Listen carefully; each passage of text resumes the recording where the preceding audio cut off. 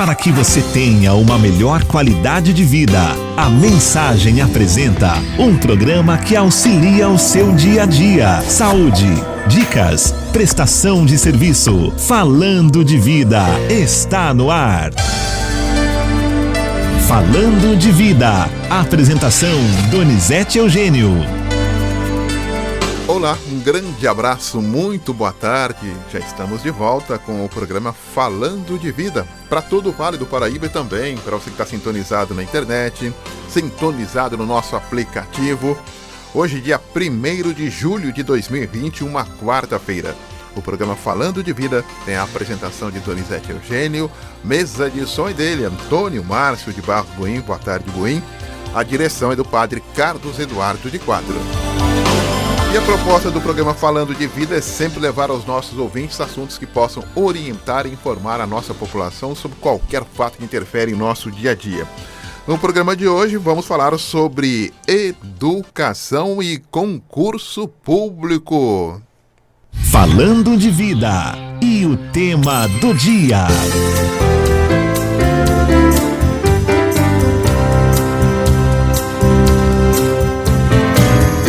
Você é um concurseiro de primeira viagem e não sabe como começar a estudar para concurso público?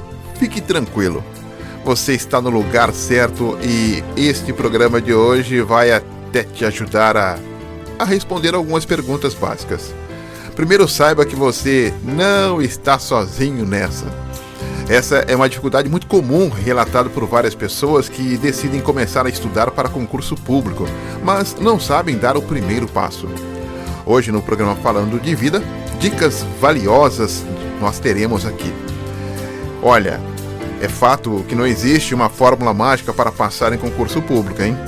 Muito menos uma regra que possa ser seguida por qualquer pessoa, mas algumas dicas podem te ajudar. Essas dicas podem fazer a diferença e você também pode aproveitar ainda mais o tempo dedicado aos estudos para concursos públicos. Hoje no Falando de Vida, como começar a estudar, onde começar a estudar, de que forma começar a estudar para concurso público nesta quarentena. Hoje no Falando de Vida.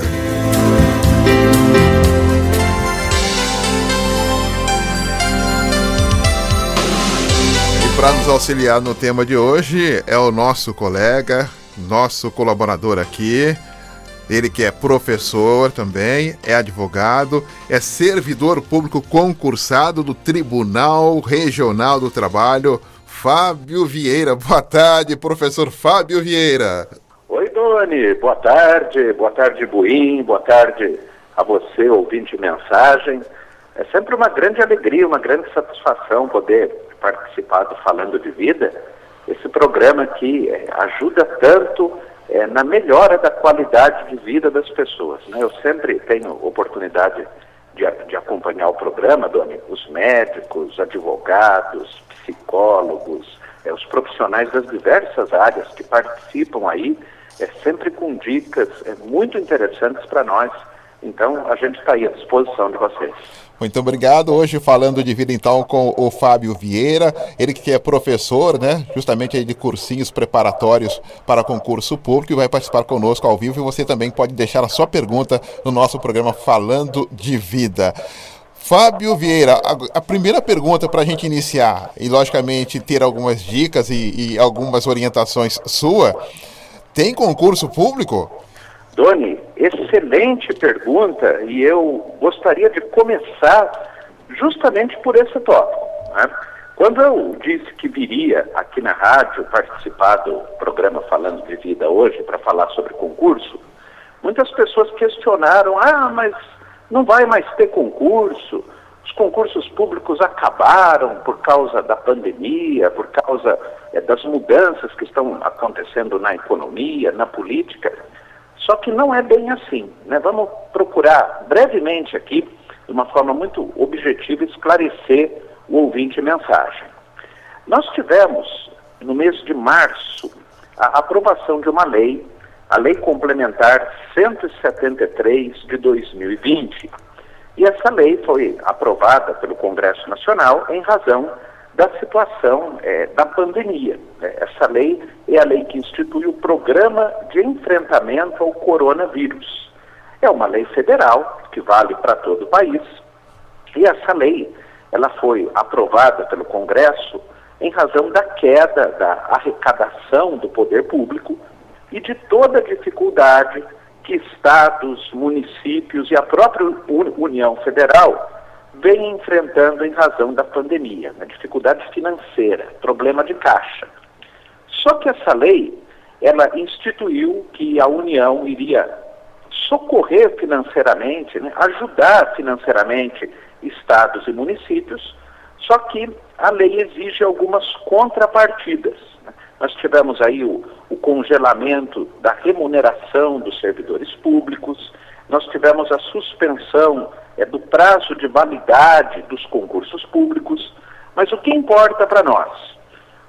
Concursos públicos para novas vagas, para vagas que ainda não existem, esses concursos não vão acontecer até o final do ano que vem, até o final do ano de 2021, o artigo 8º da Lei 173 proíbe a criação de cargos que implique aumento de despesa.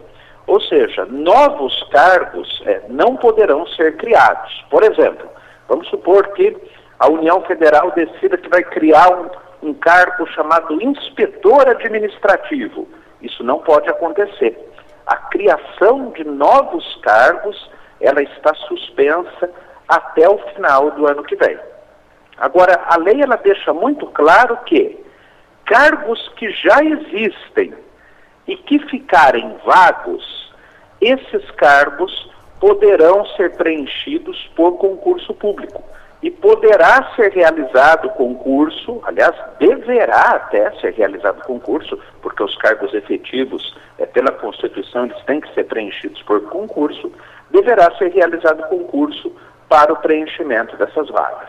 Então, respondendo a sua pergunta, Doni, vai ter concurso? Eu diria para você que nesse mês, no mês que vem, no mês de setembro, provavelmente não vai ter, né? Até porque nós ainda estamos enfrentando aí uma situação muito crítica com relação à pandemia.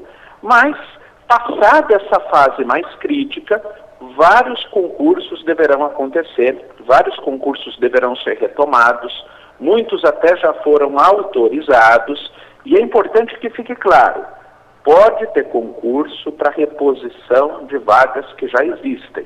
Então, por exemplo, aquele servidor que se aposentou, a vaga dele vai ficar em aberto, essa vaga vai ser preenchida. Aquele servidor que foi demitido, que pediu exoneração, que foi promovido, a vaga vai ficar aberta, essa vaga vai ter que ser preenchida. Para isso tudo pode ter concurso. O que não pode é a criação de novas vagas. Isso está vedado até o final do ano que vem. Além disso, a lei também autoriza concursos na área militar, né, tanto para alunos de órgãos militares, né, por exemplo, Polícia Militar, Academia Militar de Agulhas Negras, ESA, e também a lei autoriza concurso para cargos temporários, né, em situações de emergência previstas na Constituição. Então, nós temos sim perspectiva de concurso público, não a curto prazo, né? Não para julho, para agosto, aí dificilmente vai ter. Mas passada essa fase mais crítica, os concursos devem ser retomados sim, Doni. Olha que maravilha, o Fábio fala tão fácil que parece que ele desenha, né? A gente consegue enxergar e compreender muito bem o que você explicou pra gente em relação ao que a própria mídia vendeu, né? Em relação à proibição de concurso público, e agora você nos explica didaticamente que, logicamente, a criação de novos cargos, sim, mas preenchimento das vagas antigas, não. E até interessante, Fábio, até para aumentar essa expectativa da esperança do nosso ouvinte em relação ao concurso público, porque ele precisa começar a estudar antes de ter a vaga, né, e precisa estar preparado. Algo que eu percebo que o serviço público sofre muito é que quando aposenta vários outros também se aposentam, porque como se tem concurso público num período, várias pessoas entram na mesma época, né? Então eles se aposentam quase que na mesma época, né? Eu posso dar um exemplo, aqui em Jacareí nós tivemos vários amigos nossos da Secretaria de Esportes da década de 80, na qual a gente conhece muito bem, que vários se aposentaram porque eles entraram no concurso juntos. Então, tem esse detalhe importante em relação à área pública, né? Exatamente, Doni. Aliás, isso é algo muito interessante. Eu vejo lá, no meu trabalho, no próprio Tribunal Regional do Trabalho, normalmente os concursos do TRT, eles acontecem a cada 3, 4 anos. E aí, quando nós temos uma aposentadoria, geralmente essa aposentadoria ela vem acompanhada de várias outras, né? Daqueles que ingressaram na mesma época, né? Que são do mesmo concurso. Esse fenômeno é muito comum e alguns órgãos, principalmente na esfera federal, vêm sofrendo muito com esse tipo de situação que você colocou. Acho que o melhor exemplo é o exemplo do INSS. A gente tem no INSS uma grande quantidade, né, de servidores que já estão aí prestes a se aposentar. Muitos até ainda estão trabalhando, mas já completaram o tempo exigido por lei para se aposentar. E nos últimos anos, né, ocorreu aí uma aposentadoria em massa, né, de muitos servidores do INSS. Por falar nisso, Doni, falando em INSS, uma informação bem recente agora, de anteontem, de segunda-feira, na segunda-feira, dia 29 de junho, venceu, né, perdeu a validade a medida provisória 922, que era aquela que permitia aposentados e militares da reserva trabalhando no INSS. Essa medida havia sido editada em razão de uma situação emergencial, mas ela não foi sequer votada pela Câmara dos Deputados. Ela era uma medida provisória. Caducou? Caducou, perfeito. Caducou, ela perdeu a sua validade, ela caducou agora, na última segunda-feira. De modo que nós voltamos àquela situação anterior do INSS que vem sofrendo aí com um grande déficit de servidores. Bacana, então. Vamos começar já a responder as perguntas dos nossos ouvintes com o professor Fábio Vieira, falando sobre concurso público e, logicamente, como se preparar. Se você quiser falar ao vivo conosco, vamos liberar o 3954-3010, tá? 3954-3010, liberado para você ligar e falar ao vivo com o professor Fábio Vieira. E também pelo nosso WhatsApp, que é o 97411-0125, liberado. E o Carlitos Moreira, de São José dos Campos, já deixa a primeira pergunta para o professor Fábio. Boa tarde, Doni. Boa tarde, professor Fábio. Qual a estratégia para aproveitar bem o tempo de estudo? Um abraço para vocês, é o Carlitos. Ô, Doni, um abraço para o Carlitos. O Carlitos é lá da Vila Paiva, em São José dos Campos. É lá da paróquia São José Operário. Nosso colega, né, lá na escola diaconal, na preparação para diácono. Grande abraço para o Carlitos. Saudade dos nossos encontros ao vivo, né, lá na escola diaconal. Verdade. Doni, essa é uma questão muito comum, né? Qual a melhor estratégia, qual a melhor tática para se iniciar os estudos? E eu colocaria aqui 2 passos iniciais. Né? Primeiro passo, ver com muita atenção, analisar com muito cuidado, com muita atenção, o edital do concurso em que você vai participar. Eu tenho, por exemplo, a intenção de prestar o concurso para policial rodoviário federal. Então, eu vou lá na internet, vou buscar o edital do último concurso para saber quais são as disciplinas exigidas, qual é o tipo de prova, se é múltipla escolha, se é dissertativa, se tem redação, se tem prova de aptidão física, se tem prova de direção veicular. Todas essas informações, elas vão ser fornecidas pelo edital. Além disso, o edital, ele também vai delimitar as matérias. Se vai cair, por exemplo, língua portuguesa, eu não vou estudar toda a gramática da língua portuguesa. Eu vou estudar aqueles tópicos que estão ali discriminados no edital. Então, primeiro passo, ler o edital com calma. Normalmente um edital de concurso, Doni, tem pelo menos umas 12, 15 páginas. Aí você judia, hein? E aí a gente tocou no grande problema, né? Por quê? Normalmente, e eu vejo isso com muitos alunos nossos, o candidato, ele pega o edital, ele vai ver prazo para inscrição, taxa de inscrição e data de prova. Exatamente. Ele vai se preocupar com esses 3 tópicos. É quando que eu tenho que fazer a inscrição, quanto que eu vou pagar e quando eu vou fazer a prova. E quando, na verdade, o candidato deveria retirar aí pelo menos umas 2 horas para sentar com calma e ler o edital tópico por tópico. Porque isso ajuda muito na hora de se direcionar o estudo. É muito comum a gente encontrar pessoas que estão estudando para concurso que não sabem ao certo o que vai ser cobrado, ou não sabem como a banca examinadora irá cobrar. O segundo ponto, então o primeiro ponto, análise criteriosa, análise cuidadosa do edital. Segundo ponto que eu gostaria de destacar, começar a estudar pelas matérias básicas. Doni, você já almoçou? Ainda não, Fábio. Ainda não. Por que eu estou perguntando isso? Tem dia que a gente come um bife, um franguinho, um peixe, mas tem 2 coisas que normalmente estão todos os dias no nosso prato. Tem que ter, né? Tem que ter. Tem que ter. Arroz e feijão. E feijão, certo? Exatamente. Quando a gente fala em concurso público, português e matemática são matérias que vão ser cobradas desde um concurso público em que se exija o ensino fundamental até um concurso público em que se exige nível superior, um concurso, por exemplo, para fiscal da Receita Federal. São matérias exigidas em praticamente 100% dos concursos.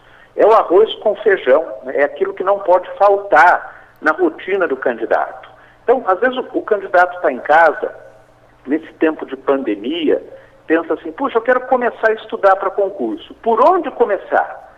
Primeiro vai no edital, depois começa com língua portuguesa e matemática. Aí não tem erro.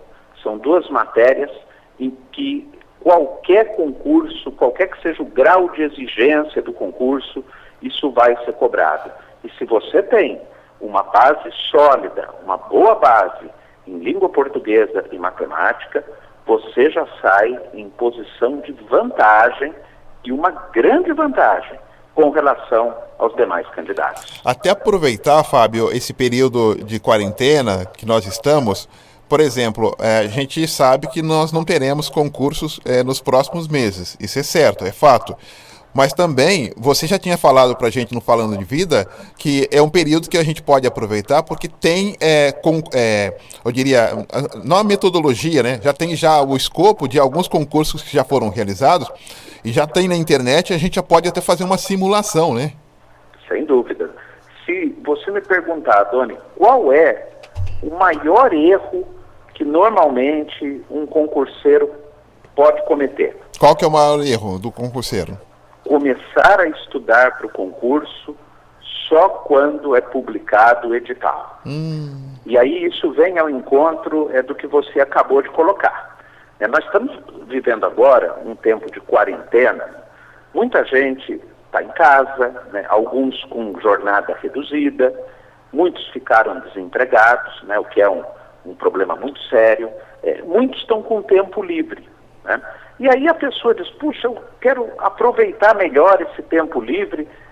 Se você tem a intenção de prestar um concurso público, o momento que nós estamos vivendo, Doni, é um momento excelente para se iniciar um projeto, para se começar os estudos. Eu sei que a quarentena, ela nos impõe, né, impõe a todos nós uma série de restrições, de sofrimentos, de limitações.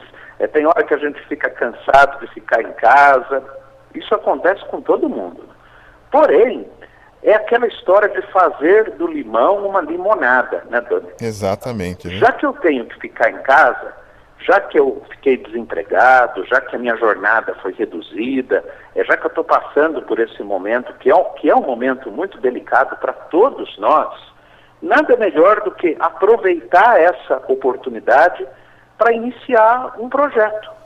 E concurso público hoje é realmente um projeto de vida, né? Não é algo de curto prazo, não é algo para amanhã, para depois de amanhã. É um trabalho que você faz a médio e longo prazo. Então, se você que está nos ouvindo nesse momento tem a intenção de prestar concurso, vai no computador, vai lá nos últimos editais, nos sites das bancas examinadoras, procura saber quando foi o último concurso, qual a perspectiva, né, de realização de novas provas, o que vem caindo, e comece a organizar um plano de estudo. E a quarentena, olha, Doni, não existe época melhor para você organizar um plano de estudo, né? É a hora de você se disciplinar, esquematizar e aproveitar bem esse tempo, né? Às vezes, Deus nos dá oportunidades, né? Mas a gente não consegue perceber em determinada situação que aquela situação pode ser para nós uma oportunidade preciosa. E eu penso que esse tempo, com relação não só a concurso, mas com relação a muita coisa, pode ser para nós uma oportunidade valiosa. Bacana, então. Olha, Fábio, é interessante você falando, eu estou me imaginando aqui, eu acho que muita gente vai se colocar e vai se identificar com o que eu falo, que nós somos muito arrogantes. Eu falo nós porque eu também fui arrogante e sou arrogante nessa questão. Ou seja, quando se tem um concurso público, que você tem o curso superior, você já tem uma faculdade, você tem aí já uma pós-graduação, aí está o concurso lá para uma vaga que pede ensino médio.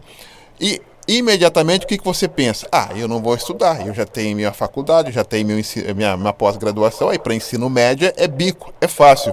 Só que você, na sua introdução aí, você já disse os erros que a gente comete, porque não adianta eu saber tudo de faculdade, de pós-graduação, se eu não sei nada da regra do jogo.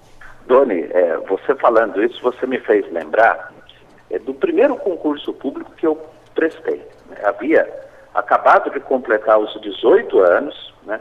Isso foi lá no ano de 1994, 95, né? Tinha terminado o ensino médio, ia iniciar uma faculdade, e aí fui prestar um concurso para escrevente técnico judiciário, lá na comarca de Mogi das Cruzes, que você conhece bem. Conheço um pouquinho lá tem muito caqui, viu? Pois é. Exatamente. Aí, quando me inscrevi para o concurso, Dona, peguei o edital, vi lá, língua portuguesa, matemática, e aí pensei exatamente nisso que você falou, né? Língua portuguesa, eu estudei português desde criança, sei tudo disso aí. Matemática, eu estou vendo matemática desde o jardim da infância, né? Já tive muitos anos de matemática na escola. E aí, quando fui fazer a prova, Dona, tive aquele choque de realidade. Exatamente. Não fui aprovado, né? Fui eliminado, não tive um bom índice de acerto. E aí eu percebi o quê? Não adianta pensar assim, eu tenho curso superior, então eu não preciso estudar o português lá do primeiro grau, né, lá do ensino fundamental, eu não preciso estudar a matemática lá dos primeiros anos de escola. Precisa sim, né? Primeiro porque muitas vezes isso já ficou perdido aí na nossa mente com o passar do tempo.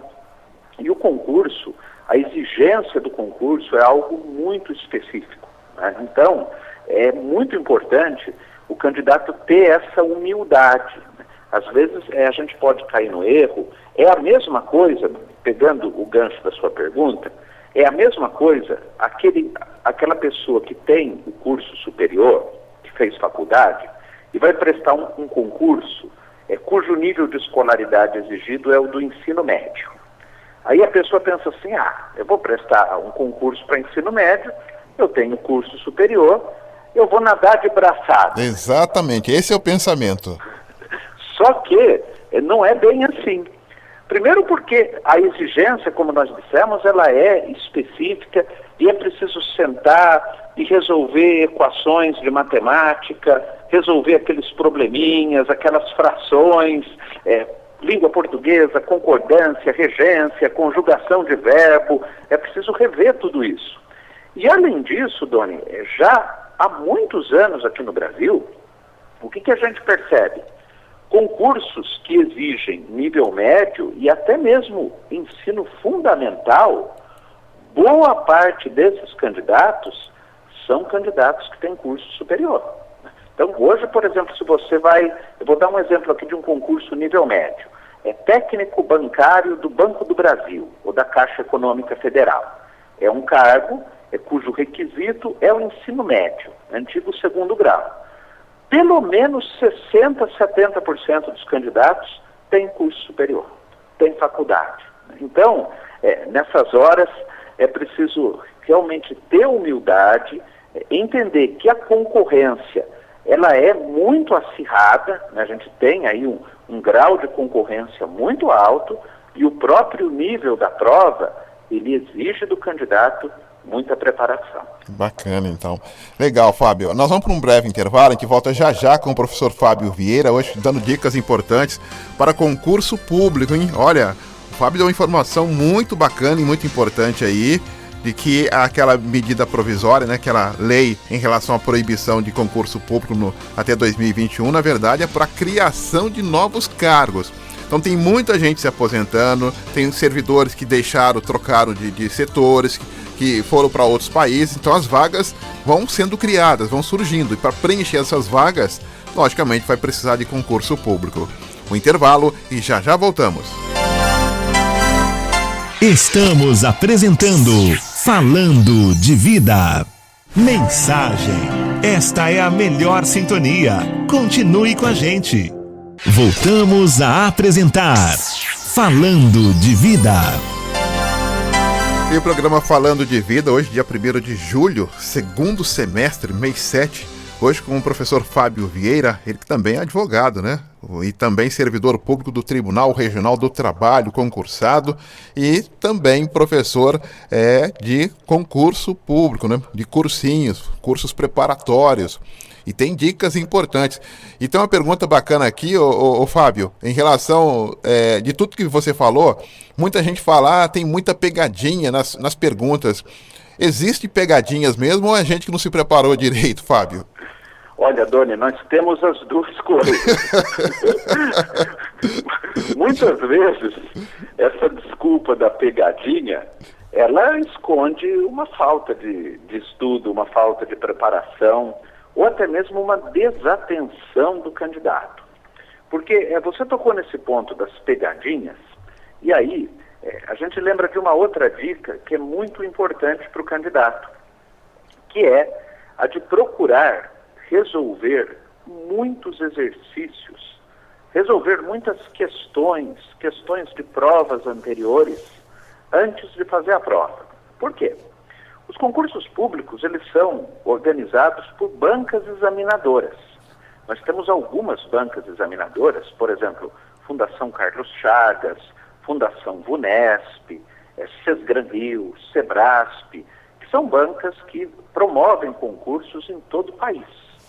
Hoje na internet você tem acesso com muita facilidade às provas anteriores de concurso.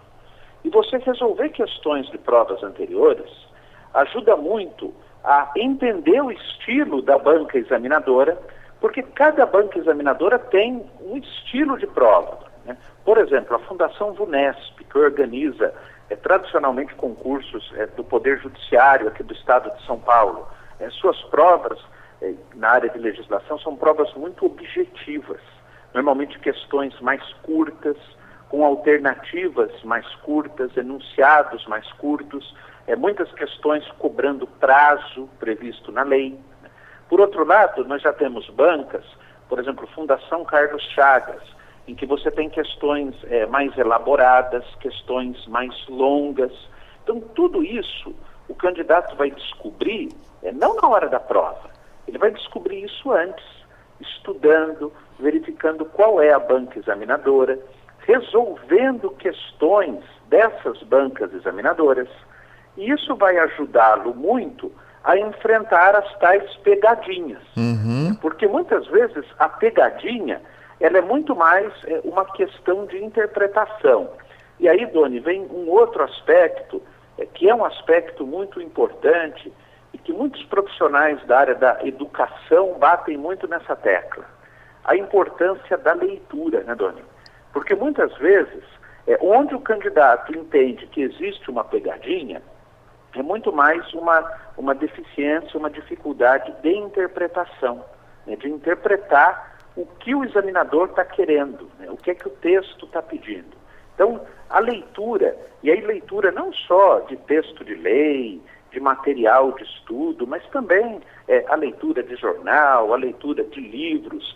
A leitura ajuda muito na interpretação das questões e vai ajudar muito o candidato a evitar as tais pegadinhas. Mas pegadinha em concurso tem. Muitas vezes o examinador ele inverte uma frase, ele inverte a ordem de uma questão, ele coloca ali um prazo, por exemplo, que é de 3 dias, ele vai colocar que são 3 meses, ou o prazo é de 3 dias úteis, ele vai dizer que são de 3 dias corridos. Muitas vezes o examinador prepara uma armadilha aí para o candidato. Ô Fábio, no teu cursinho também você dá aula de redação, porque o pessoal sempre diz o seguinte, olha, melhor fazer uma boa redação, que o peso da redação é muito bom, hein? Se eu for bem na redação, olha, eu garanto 50%, hein? Olha, Doni, a redação hoje, ela tem um peso muito grande em determinados concursos. Por quê? Como hoje o nível de concorrência é muito alto, é muito comum que dezenas de candidatos, às vezes centenas de candidatos, terminem rigorosamente empatados, com a mesma pontuação.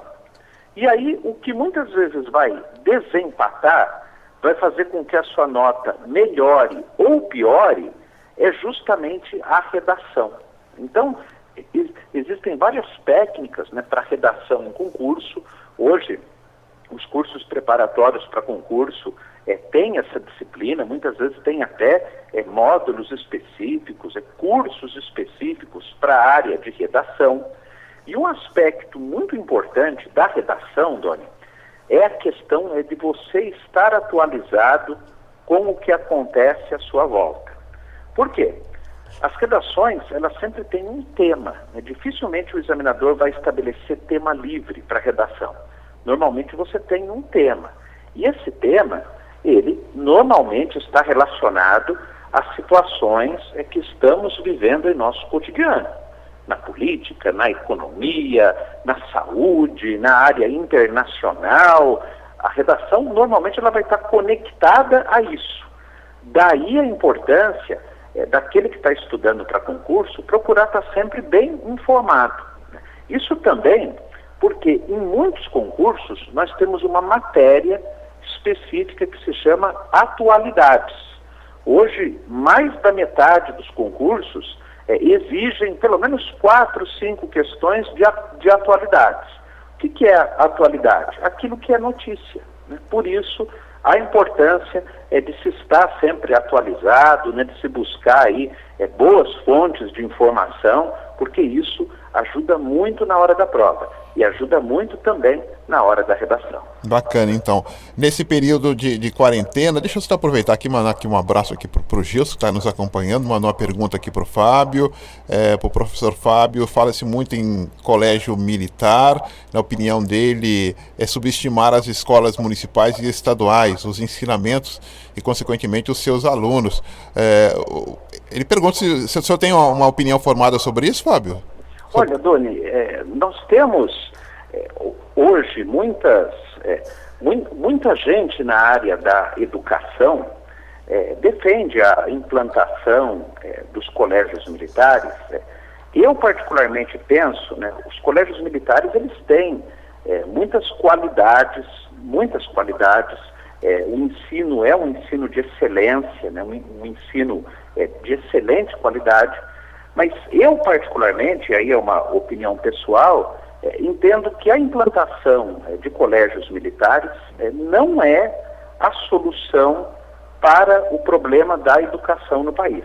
Penso que, aliás, está bem longe disso, né? Acho que, muito antes de se implantar colégios militares, é preciso pensar na condição das nossas escolas, com relação à remuneração dos profissionais, dos professores, daqueles que trabalham na escola, com relação à carga horária, com relação à estrutura, né, do espaço físico das nossas escolas.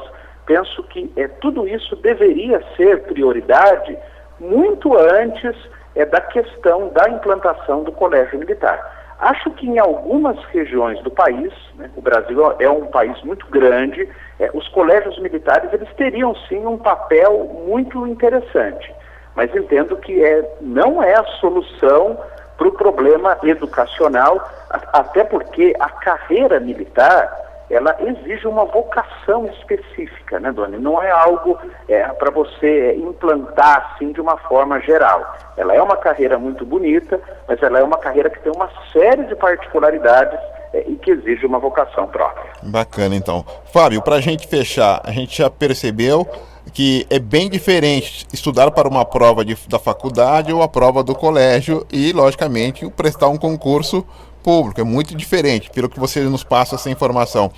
Mas, fechando o nosso programa de hoje, quais as dicas que você dá para quem está nos acompanhando em relação a esse processo todo que nós estamos vivendo e, logicamente, para a pessoa que vai, olha, eu ouvi o professor Fábio Vieira falar, agora eu vou criar um cronograma de estudos para passar no próximo concurso. Muito bom. Aliás, você tocou num ponto aí muito importante, que é criar um cronograma de estudo, um planejamento de estudo. Assim como muitas outras atividades da nossa vida, do nosso cotidiano, o estudo para concurso, ele exige organização, ele exige planejamento, né? Eu não vou simplesmente abrir um livro em um caderno ou ligar o meu computador e começar a ver ali tudo que aparecer. Não, eu preciso me organizar. De que forma? Primeiro, e aí eu volto àquela questão anterior, analisando os editais. Então, eu quero, por exemplo, prestar concurso para fiscal da Receita Federal. Então, eu vou lá no site da Receita Federal, posso colocar lá no Google, concurso para fiscal da Receita, vai aparecer lá o último edital, eu vou buscar as informações nesse edital, vou ver as matérias que foram cobradas, e aí vou começar a organizar um plano de estudo. Esse plano de estudo ele deve estar de acordo com a minha disponibilidade horária.